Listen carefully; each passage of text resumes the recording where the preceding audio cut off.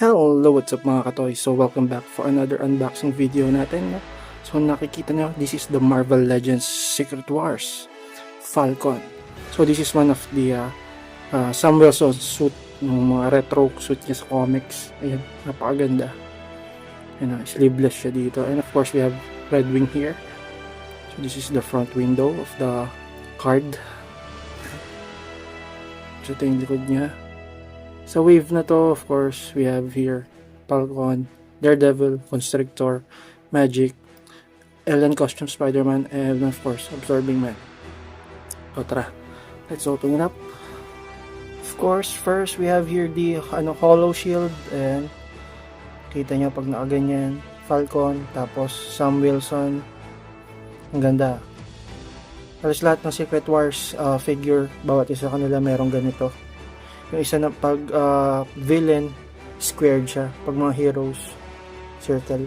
We have a pair here of flight posing hands, or parang karate chop hands. A pair of short wings, or maybe standby mode wings. Ayan, pag hindi siya lumilipad. And of course, we have another pair of wings here. The flight mode wings. Ayan, pag lumilipad na siya, kanyang partner, si Red Wing. Makikita nyo, even sa MCU, robotic na Red Wing na yung nila. Pero of course, sa comics, isa siyang Falcon din talaga. Ayan, kasi Falcon can communicate with the birds. Ayan. Tapos meron siya ditong clip. Ayan, removable din. Para dun to sa kamay. And ano siya, soft rubber. Ayan. Mas maganda to kaysa doon sa Toy Biz version actually. Mas nagustuhan ko yung itsura nito ngayon. And of course, but not least, our Falcon figure here, Sam Wilson. Ayan, makikita nyo, kagaya ng ibang figure na may mga wings, aside from Falcon, we have Vulture, ano pa ba? Iba ba iba? Siya lang naalala ko si Vulture. Para silang may dito, slot. Ibang may wings kasi, just like Angel, Wasp, yan, mga ganun. Nandito na nakakabit kasi yun eh. Tsaka may, parang yung mga flap yung wings nila na nabubuka, 4. Ito kasi mismong wings talaga to. So, let's check the articulation. Pero, bago tayo mag-proceed, gusto ko lang sabihin na ito yung Vulcan body, no? Actually, parang hindi pa rin ini-improve ni Marvel Legends yung part na yun. I know some of the characters or heroes or villains are not posable like or agile or acrobatic like Spider-Man or Black Widow. Pero sana kung ginawa na sana nilang standard yung parang kay Spider-Man sa Maximum Series yung style ng body. Mas maganda yun eh, yung nasa lower part ng ab crunch to. Kasi itong twist nasa upper ab crunch. Mas gusto ko yun even dun sa mga bagong female body figure. Yun yung problema kay Hasbro. Dapat ganun ang ginagawa nila. Bakit ko nasabi yun? Kasi ito yung sample natin. Kung makikita mo, okay lang naman. Merong butterfly joints, updated pinless figure. Yeah, mas maganda yon. Pero kung gagawin nilang ganito, standard male figure, nasa baba yung ab crunch na mas ma-maximize pa yan.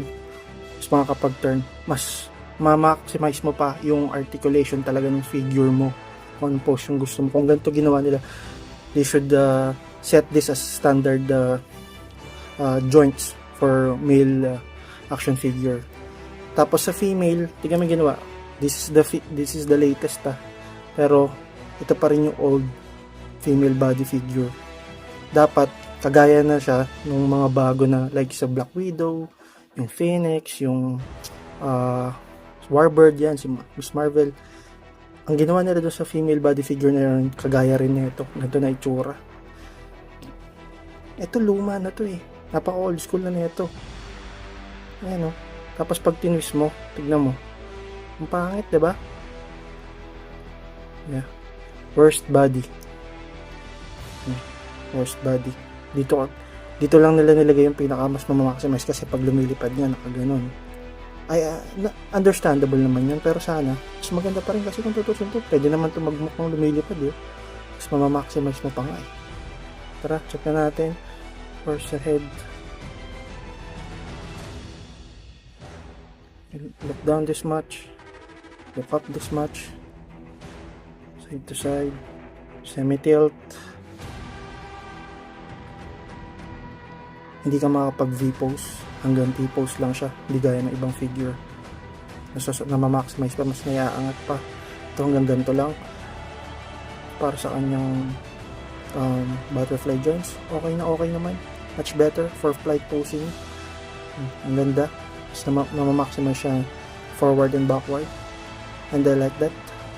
Of course, pinless figure, bicep swivel, double jointed elbows, yung wrist hinge, yung peg niya, ayan.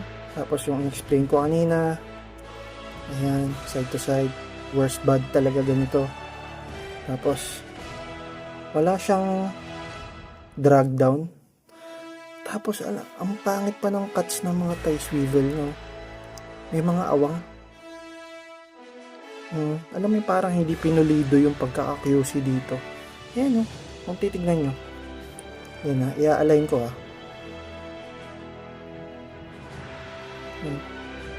not aligned properly. Ayan, may mga awang pa. Kanyang boot swivel, nakaharang to. Sobrang classic ng suit ni Sam Wilson. Ayan, nakaharangan na yung ang pangit, ang daming, alam mo yun, pag tinwist mo, ang pangit na tignan, diba? Hindi man lang yung medyo kahit papaano, ginawa man lang maano ng konti, kagaya ng ganito. And of course, yung ankle rocker niya. Ayan. Of course, wala na akong masasabi dito. Same old body, same old review. Kung titignan mo yung articulation, actually, ang pinagbago lang naman, yes, na mas na-maximize yung kanyang butterfly joints. Kasi some other Marvel Legends figure, kahit even the new ones, hindi mo ma-maximize to. Especially Colossus, hindi mo magagawa yung ganito sa kanya. Yung tupak na kasama nito, hindi mo magagawa, hindi mo mabibend ng ganyan. Tapos ano pa ba nagustuhan? Pinless, yun lang yung napakagandang ginawa nila actually. Anyway, yung 7 out of 10 kasi nagustuhan ko yung suit niya. Ito yung classic talaga dun sa comics. Yung nagustuhan ko yung bagong Red Wing. Yung wings, of course, yun yung nagustuhan ko. So yeah, I guess 7 out of 10 yun yung mabibigay ko ang total review dito.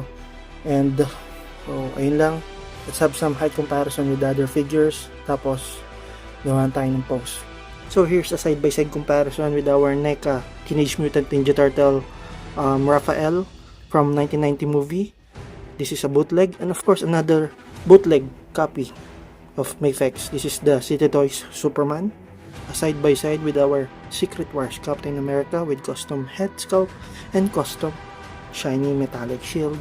And of course, the Storm Marina Street Fighter outfit review on the right. On the left, the Hasbro Star Wars Black Series, the new Revenge of the Sith Anakin Skywalker.